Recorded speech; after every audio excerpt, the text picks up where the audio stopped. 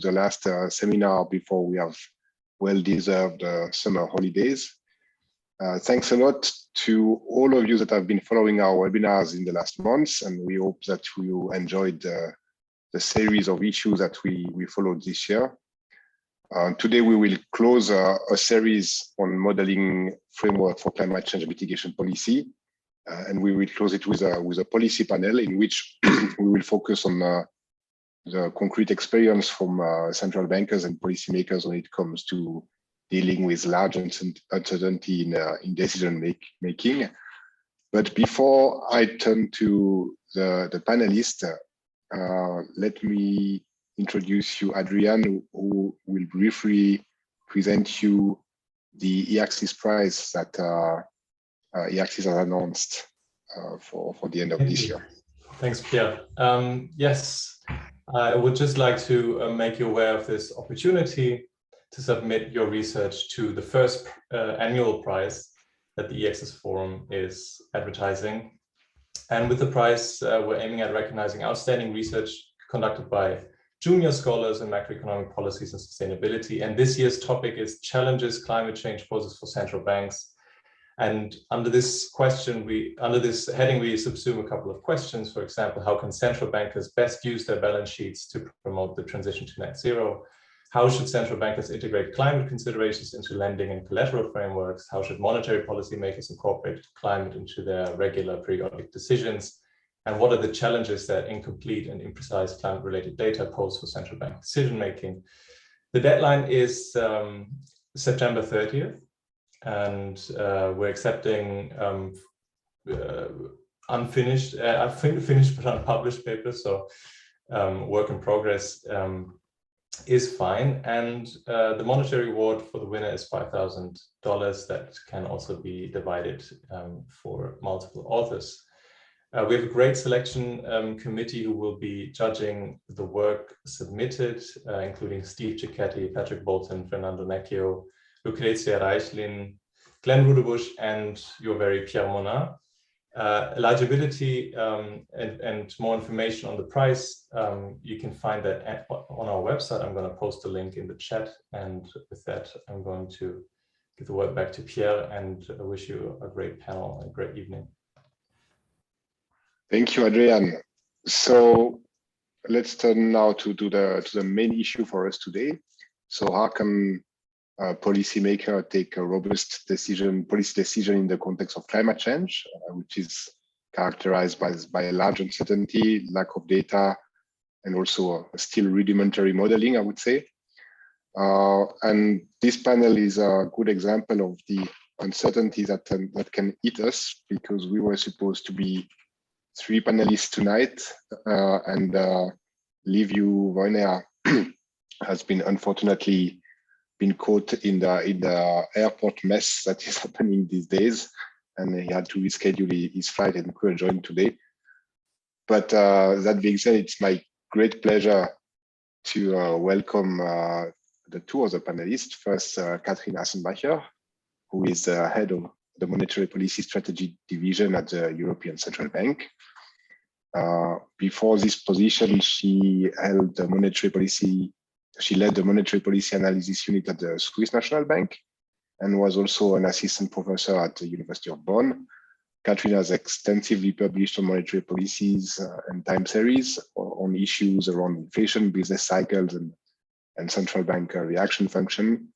And given her position and her experience, she lies really at the crux of the 2 issues that interest us today, research and policy making. It's also my pleasure to welcome Ivan Faiella. Ivan is the coordinator of the Banca d'Italia Climate Change and Sustainability Hub. His research focus on different topics such as energy prices and carbon taxation, household energy poverty, exposure of credit and investment to climate risk. And recently, last year, Ivan also led the Banca d'Italia Task Force for Sustainable Finance under the G20 Italian presidency, and they are contributed to the Sustainable Finance Working Group. He's also a member of the steering committee of the Network for Greening the Financial System.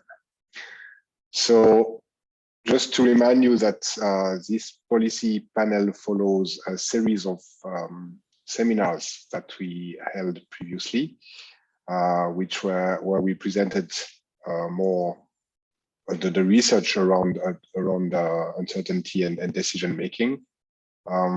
We had Michael Barnett from Arizona State University, who showed us how uncertainty sources impact carbon pricing. Then a presentation by Charles Mansky from Northwestern University, who suggested climate policy with in the context of deep uncertainty with a criterion that minimize maximum regret.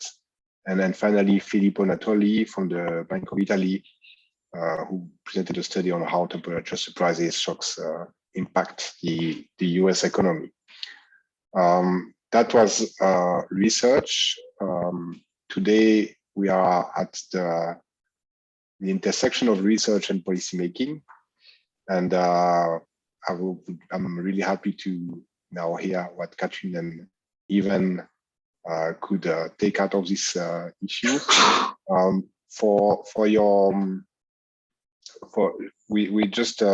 So to remind you, you can post a question in the chat. There will be plenty of time to answer these questions since we are only 2 panelists today. So please feel free to post your question in the Q&A section of this chat. Without further ado, let's start with Katrin. Yeah, good evening, Pierre. Good morning to everybody who is elsewhere. So first, I would like to thank you for organizing this panel and inviting me to talk here about this very relevant and very interesting topic. But well, first I have to say that, of course, these are my personal views and not the views of the ECB. And second, I probably have to say that my specialty is now not climate change modeling, but yeah, we are looking at monetary policy in general. And of course, climate change issues in some way influence monetary policy settings. So therefore, I do have a view on what's going on in different areas of the ECB in terms of climate change activities. So let me start by saying that the ECB is not the main responsible actor in designing climate change policies. So the ECB's primary mandate is price stability, but of course, the ECB is also requested to consider the secondary mandate of the Union in setting its policies. And regarding the secondary mandate, to date it hasn't been used as an argument to set ECB's policies, but it's undeniable that the Union has set up a big climate policy package, and this is part of the policies of the Union and one aim of the Union. So therefore, the ECB is also bound to consider that when it has two policies that, for example, are equally well suited to achieve price stability, it should pursue the policy that is more suited to also achieve climate change, climate neutral objectives.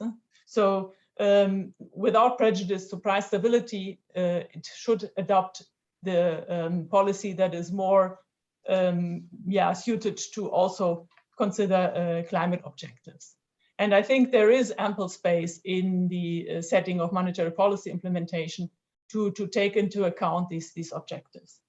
So regarding the main topic of this panel, the robust policies, there is a principle that's often cited that was set up by Brainerd already back in 1967, which says that if you are uncertain about the outcome of a specific variable, you should respond less to changes in question, in the variable in question.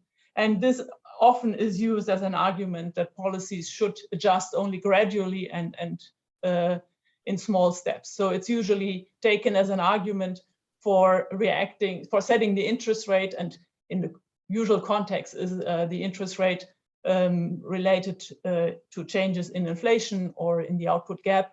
and setting this only in small steps and very gradual with some persistence. But there are other approaches. So if you don't go for a Bayesian model approach with uncertain parameters, which recommend the opposite reaction, so reacting more aggressively.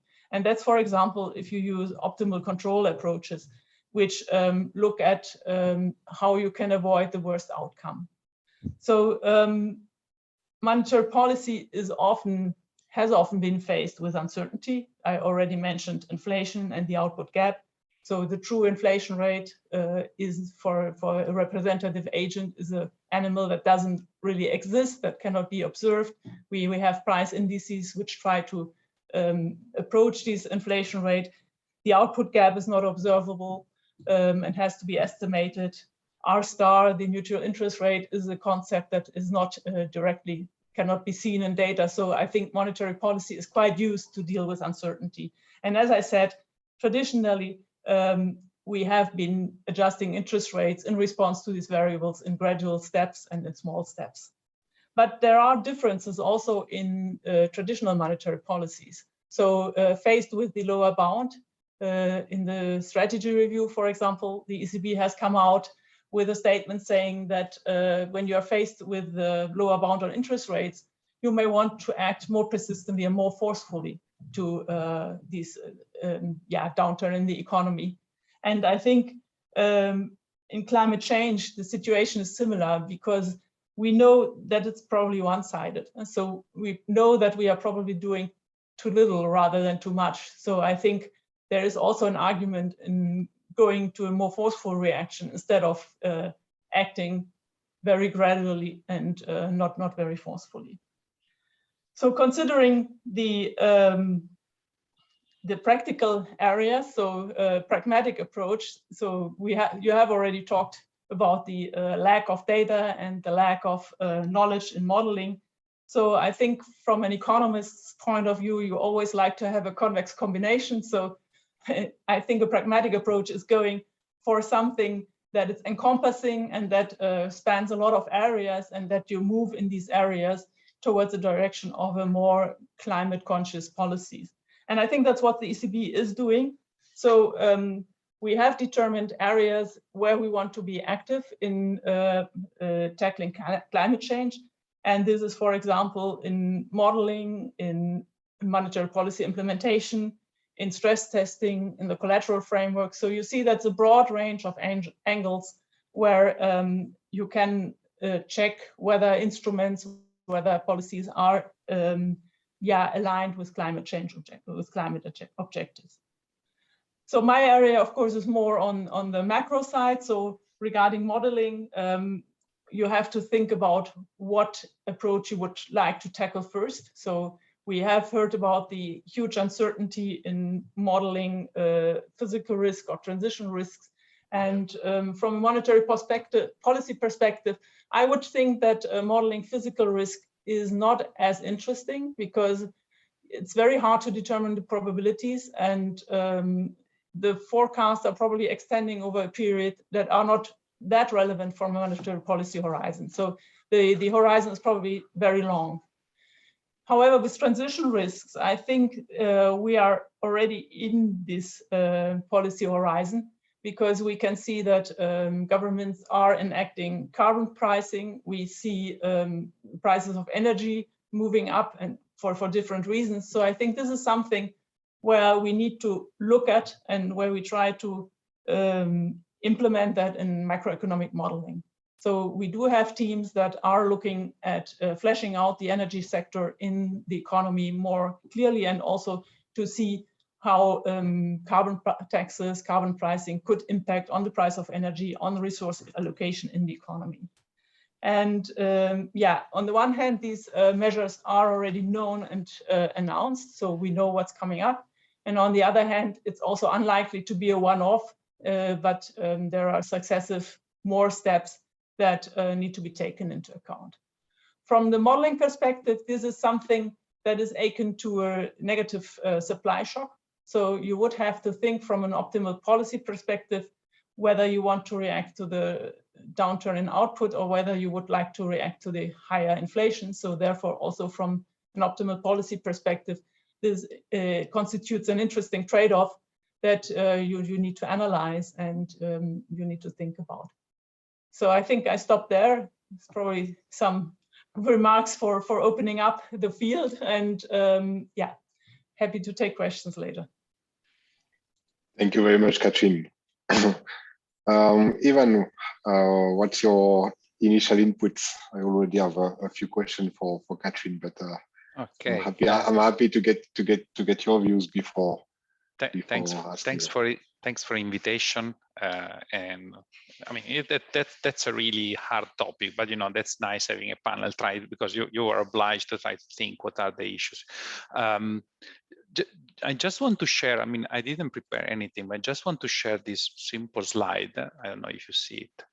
Just to start with a discussion of what are the different tasks a central bank is doing, because I mean, uncertainty on what? It's uncertainty on model, on policy, but what is policy? Monetary policies, macroprudential policies, supervision, the way we are interacting with banks. So just to sum up what the central bank is doing usually, you know? So I put here the red and the black stuff. You know, black stuff is, I would say, not much of an issue. Research and statistics. No, I mean, we have to learn more or how climate risk can propagate across the real and financial system. We produce statistics maybe to have a measure of exposure, for example, of non-financial corporation credit exposure to physical risk or transition risk. Bank of Italy is doing also as this task of financial education and awareness, and you know, again, we can talk with the investors, and in particular with the retail investors, and explain them what is a transition, what are, you know, what is a green bond, you know, what are those instruments that are out there, and what is an ESG investment. And then when we participate to international fora, you mentioned before G20, but there is G7, there is the NGFS, Basel Committee, and so on and so forth. All that more or less is, if I may, plain vanilla. By the way, as Katrin, this is just my opinion, does not involve in any way the Bank of Italy. Let's say when we are going through those red titles, things are getting more complicated. Why? For example, supervision and regulation. No, you are issuing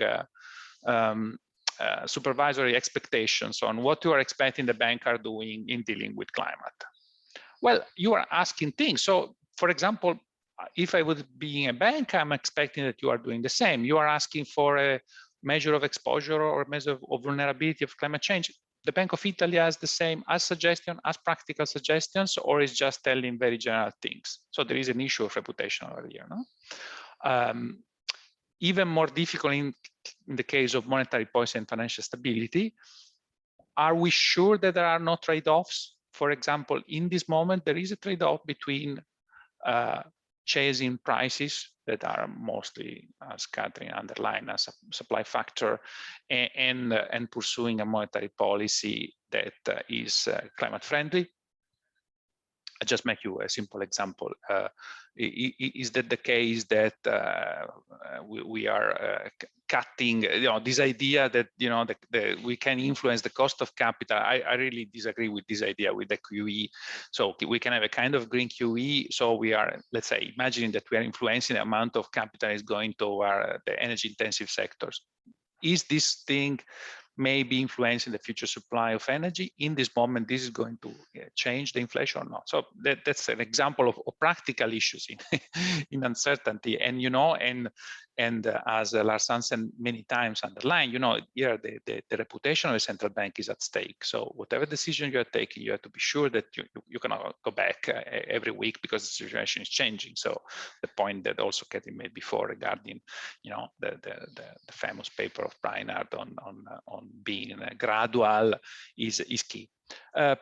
We are also an investor. For example, the Bank of Italy just published its first TCFD aligned report. So we're putting our own portfolio at play and investing in a sustainable way. In doing that, we are using ESG scores, these things that maybe are working, maybe are not. So again, there's an issue of reputation. Are we sure that these things are working or not?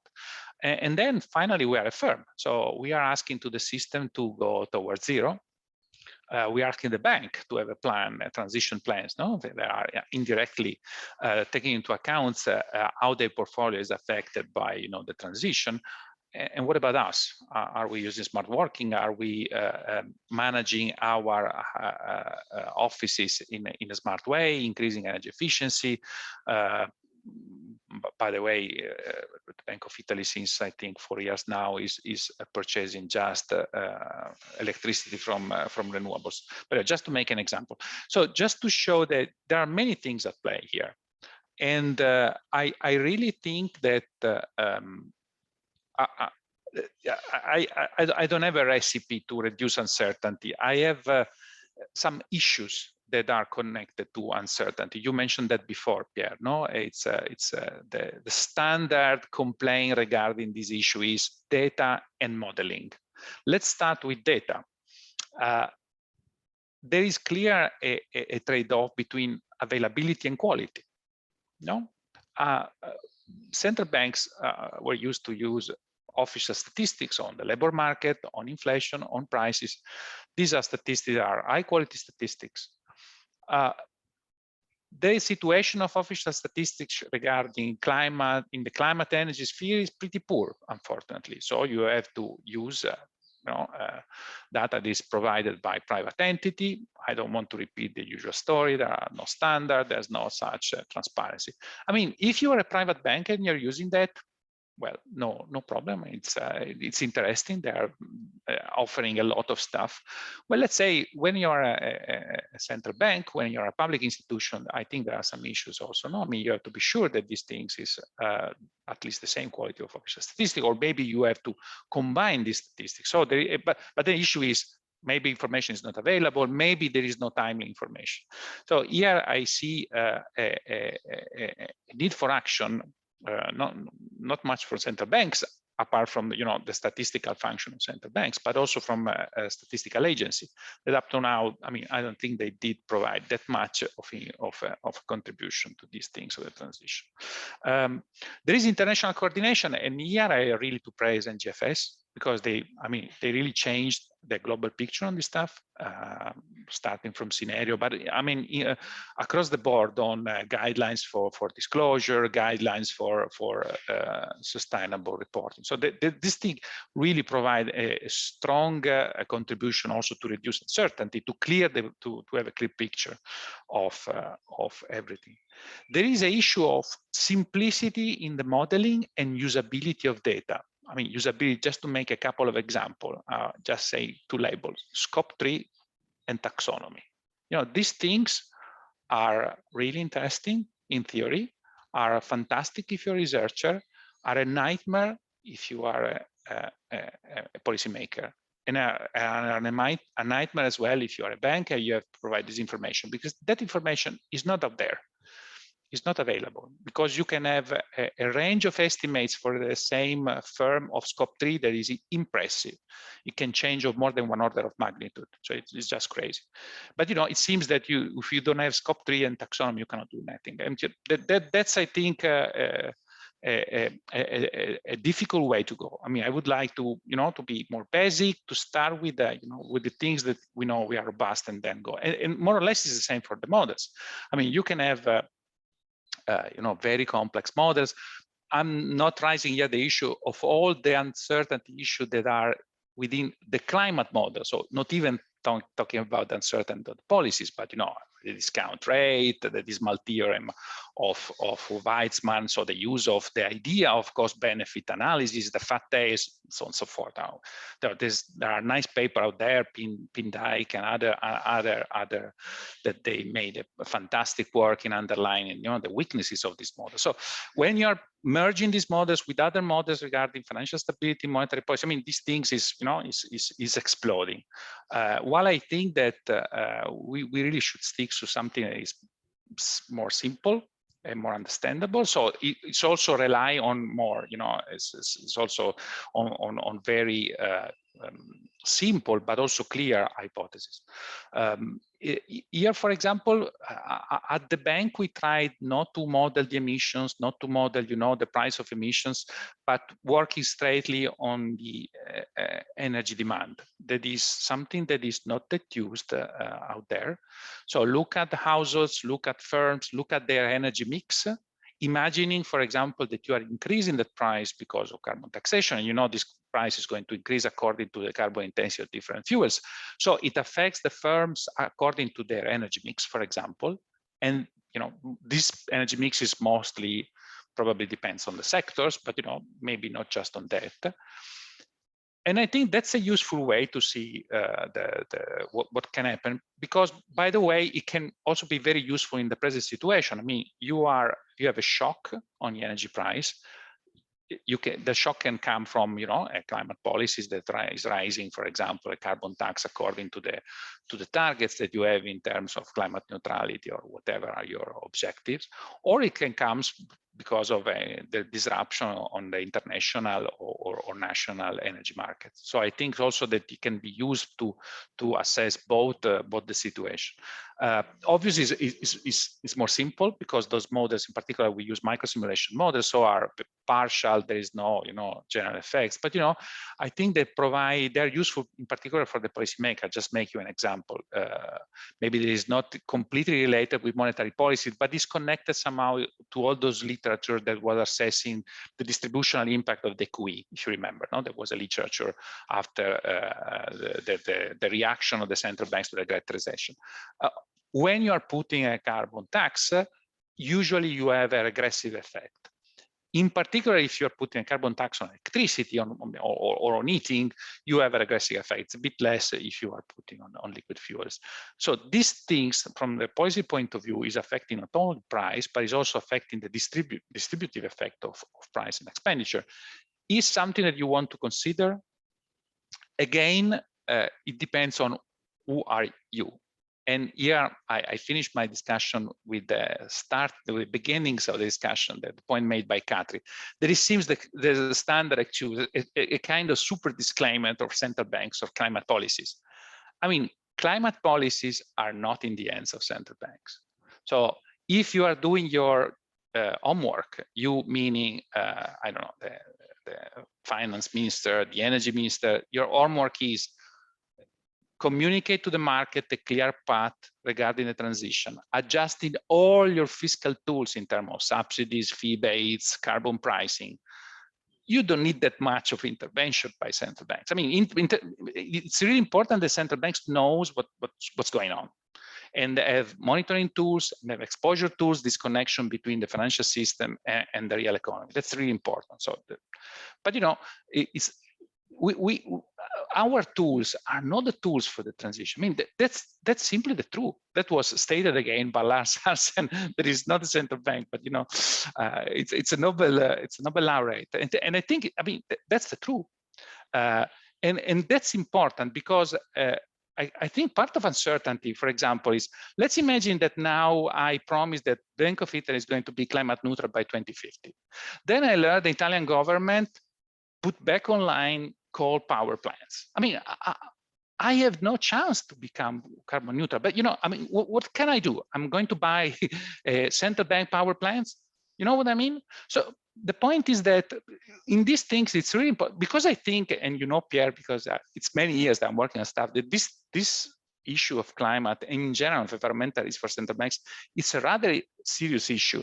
We have to be honest, I mean, on that, because I think it's important. So the coordination between the fiscal policies, energy policies, and monetary policies, and the policy for the financial stability for supervision is really important. But let's not forget that we have a kind of stages, and we cannot, because that's again a point made by Lars that I think is pretty interesting, that is connected to the reputation, and I would say to expectation. Do not expect too much from central bank action. Do not expect that you can have no carbon pricing, no clear policies for the transition, but central bank are acting and the transition is going to happen. It's not working that way. It's not because you have financial flows that you create real investment. You have real investment, and you should have a mechanism where, you know, the capital goes straight to the best real investment. Just to make the point, but because it's really important, because I mean, we don't want to run the risk that that was just, you know, a fade that is going to fade away, a fad, sorry, that's going to fade away, and we are here to stay, but we really need to have a serious policy on this stuff. Sorry if I was too long. No, thank you very much. I would like to come back to one of the first points you made, Katrin, between, you know, Bayesian updating process where you respond slowly as data comes in, and the the option of so the other way of, like, which is about optimal control, where at the end that which trigger a more aggressive response, and where the goal is to avoid the worst outcome. So I see several parallels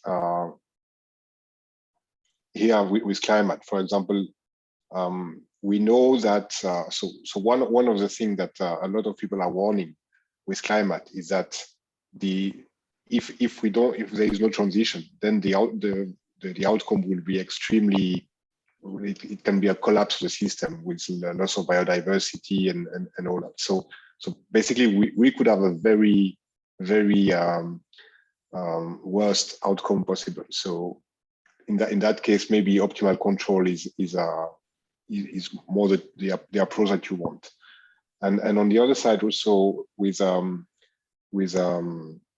updating, we might, you know, as data on climate cost and shocks you know, are available, might be too late for a reaction.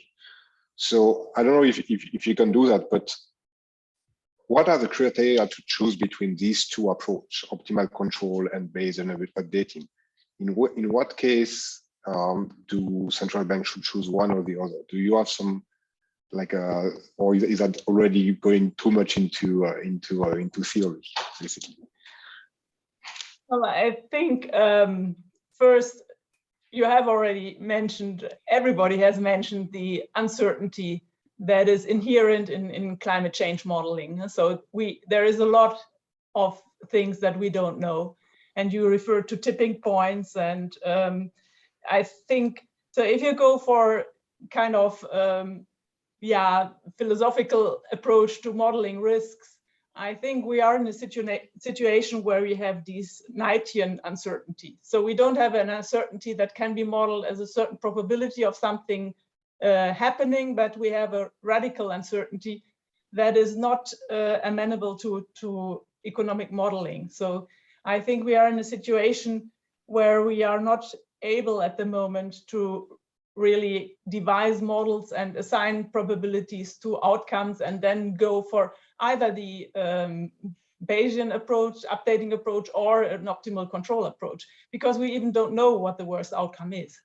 But I think I would see the direction of the risks as clear. So similar to the situation that we faced when we were at the lower bound and we knew that interest rates cannot be lowered further, I think we also know that we are in a situation where we really have to do something regarding climate change, and that the risk of going into a bad equilibrium is relatively high, and probably higher than the cost of acting now and doing somewhat more than what is needed. So my feeling is that one is closer to the optimal control approach, even if we cannot model it in a good way. And there I fully agree with Ivan on the devil's in the detail. So if we go for something that central banks should do in this respect with the taxonomies and all these things, we really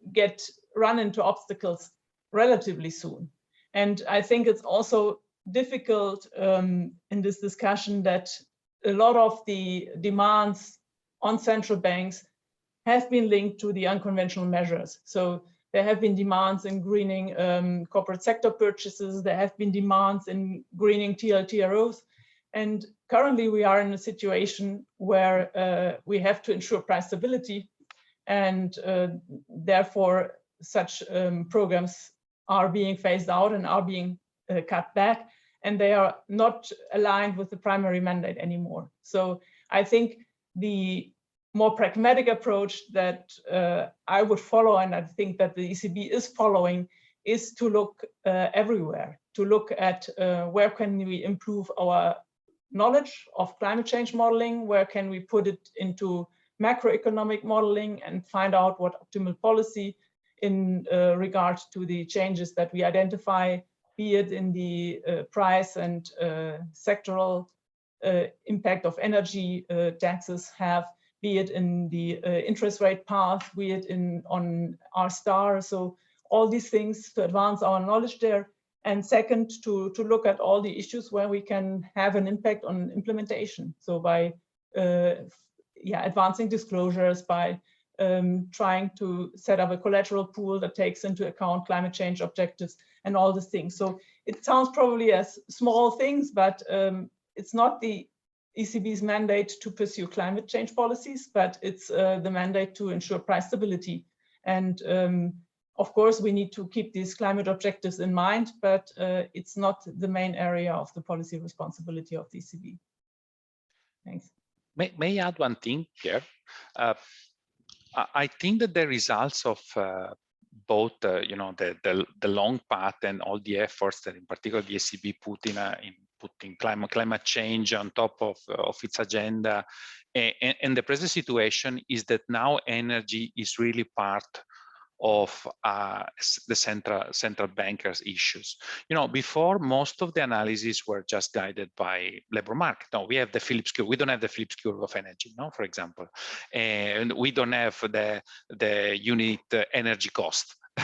Actually, we try to estimate that in a paper, but the idea is that I think for many years we disregarded the complexity of the energy market. So we had the standard markets, a lot of information on the labor market, and then oil, and that worked pretty well up to the 80s, where oil was a good proxy for eating, for mobility, for everything, for power as well.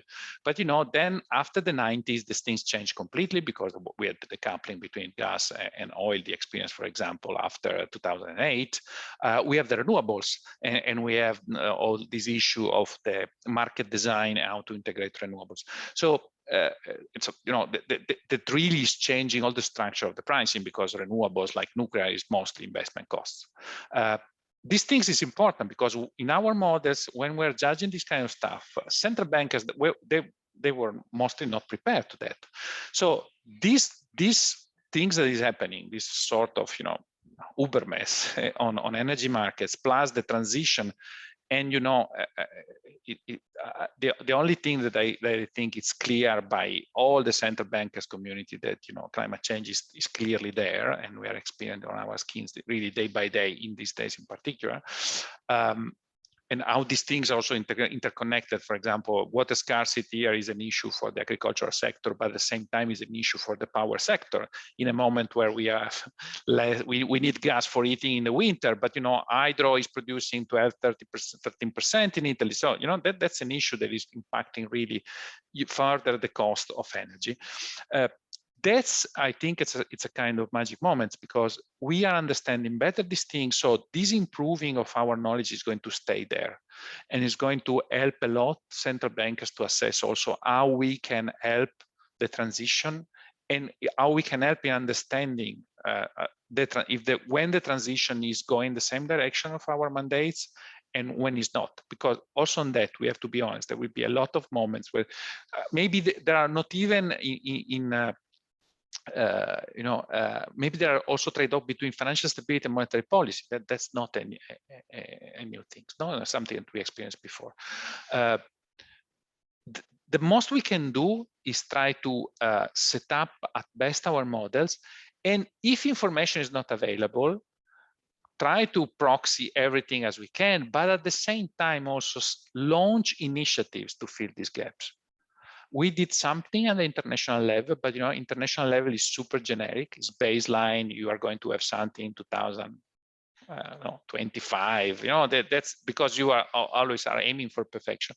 I think that we really should have, as I said before, some kind of initiatives from Eurostat, from National Statistical Agency, something specific, because maybe you have survey out there and you need to collect new information. Maybe you have administrative data, but this data is not available for the researchers. And these things, they really can make a difference, because you can understand, for example, how people is reacting and is going to react to these prices. They are going to cut their budget in other for food, or they are going to save.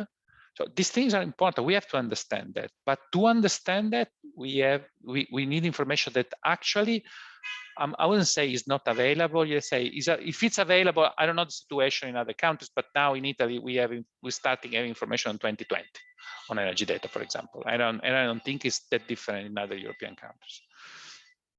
And maybe if I can add to Ivan, I think data is really very important. And if you don't have the data and if you don't measure things, then you can also, you don't know about them and you can also not act on them. So, and of course, savings and investment is very important, but also financial markets data is very important on portfolio holdings, on whether the portfolios are tilted into a specific greener or less green activity, what constitutes a green activity, how financial markets prices are affected of these different disclosures, of the different, how risks are allocated to these different portfolios. And I think their data collection and research is only beginning, and there are a lot of puzzles that we don't know, or that we don't, where there are disagreements. So I think in your seminar, there was the paper of my colleague Alessandro Ferrari, and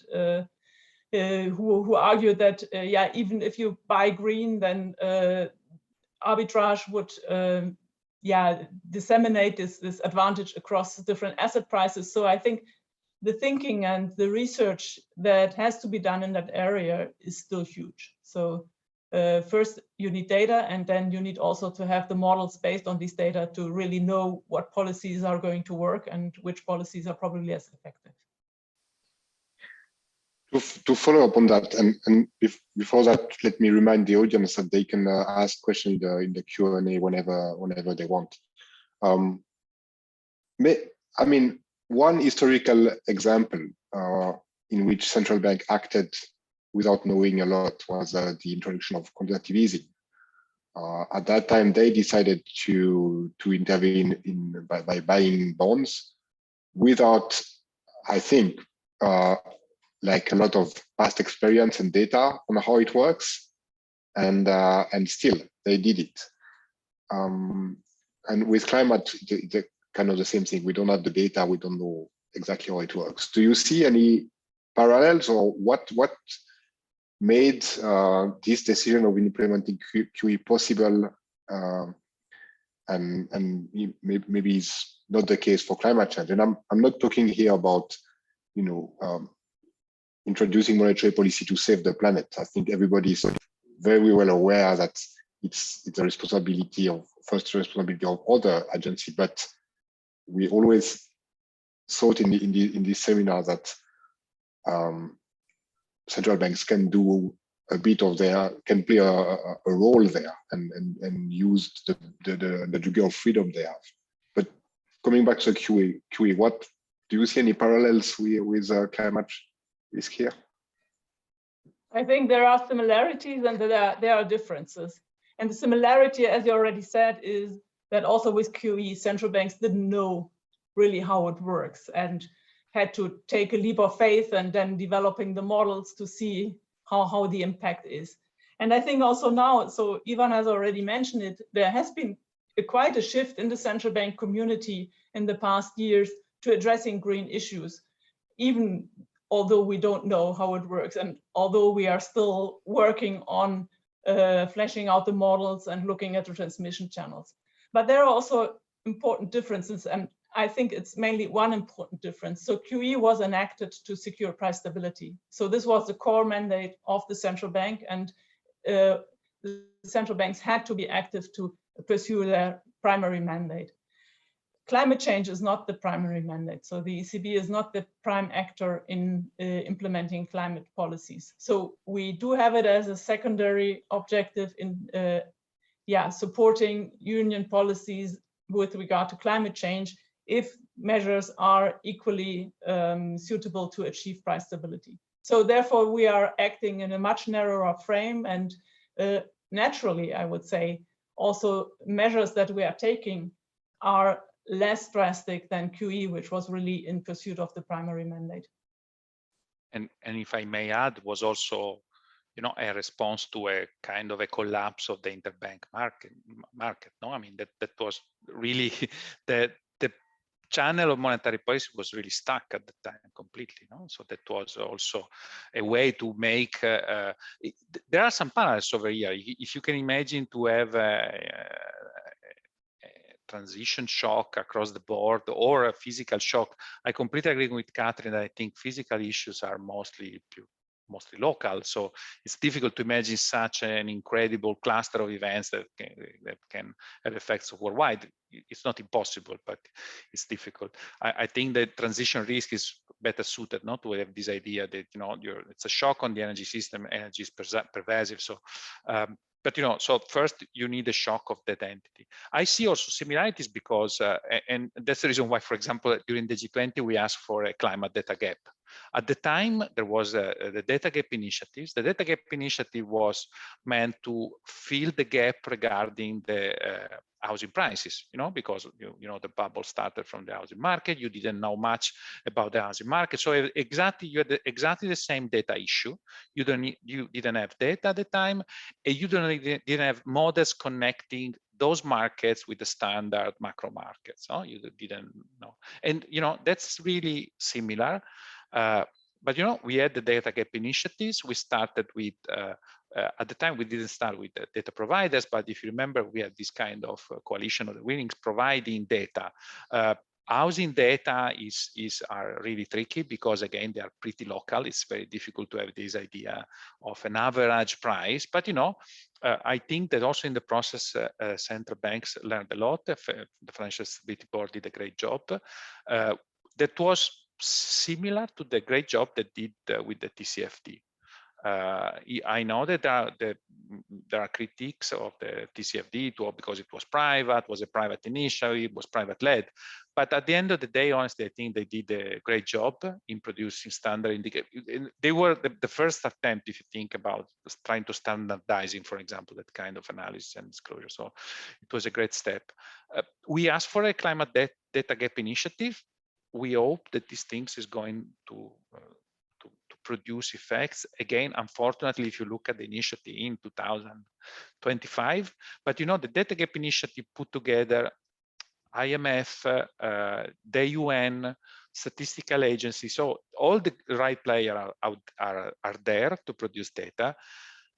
The point is that it's a machine that produces maybe an excellent things, but it takes a lot of time because this is the price to pay for quality, for, you know, verification, for that kind of stuff. I mean, there's no free lunch. But you know, the point is that, as Katrin said, it's not that we didn't do anything without these things. So I mean, we are just launching many initiatives. We are trying to do our best in estimating, for example, exposure with different new techniques. Try to refine the techniques as much as we can. Publishing papers on, you know, on to have, you know, a contribution from the academia to have the best method that we can achieve it. And you know, and the issue here is to be as much as transparent as possible.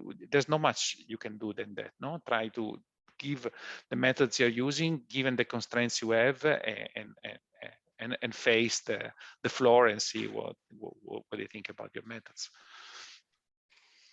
So let maybe turn to another mandate of central banks here. Like as supervisors, they're also responsible for financial stability, and one key problem that climate change is raising with prudential regulation is basically that so far financial regulators have based they have calibrated their prudential response, and they measure past data, on observable data, on cycle that are well known. So it's basically a kind of a very fine calibration of the measure. Now, I think it was you, Katrin, who mentioned now there is no, we cannot assess probability to outcomes. So we in the night and uncertainty. What do you think should be the reaction of prudential supervisor to that? I'm just maybe to illustrate another example. The ECB published, I think, was on Friday, the result of the stress test, and they gave an estimation of the size of the loss. I think it's 70 billion or so. I don't remember exactly, but immediately after saying this number, they list why this number is very likely underestimated. Not all banks participated. It was only part of, it was only the exposure of one part of their portfolio. The model are too rudimentary and all of that. So in a sense, there is a need for kind of a supervisory overlay on all these estimates. Do you think that playing with this overlay, for example, could be an answer to this radical uncertainty for financial supervisors, since they cannot calibrate their measure very precisely? I mean, who wants to answer first? As a statistician, even as a statistician, you might be able to talk about non-probabilities. Well, I think that it was an ECB exercise, obviously, but that was a learning exercise. The objective of the exercise was not to calibrate supervision. I think it was informing. Was one of the main initiatives. There was the guide issued by SSM in 2020. There was, as I said before, Banca d'Italia issued its supervisory expectation as well. An exercise to engage with the industry and explain what are you expecting, trying to find, let me be blatant on that, also a common jargon. If you look at the exercise, if you look even at the surveys the ECB did before, for example, to see the awareness of the banking system. Let me make an example. Energy certificates. Now that is part of the exercise, the stress test. Most of the banks, they do not have this information. The information is not out there. What we can do? Who is going to produce the information energy certificates again? If the governments are not obliging, are not with a law, with something, to have an energy certificate to sell or to rent your house and to provide this information, I'm just making an example of Italy. In Italy, you are obliged to have energy certification, but this information is not available in any archive that you can retrieve. So it's in a piece of paper on some kind of office or bureaucrat. What can I ask to a bank? You know what I mean? Because obviously they can collect, and they do collect, the energy certificates of their mortgages. But the point is that how they can compare with the, with the general situation. Is my portfolio better than the average in the north or in the southern part of Italy? It's really tough for them. So just to be in their shoes, in a sense, I think that in that sense, we have these two way to act towards the system. The carrots and the sticks, but we really have to put them to put their shoes and understand what are the limitations, because when there are these limitations, there's really not much you can do unless use proxy. But we started a conversation,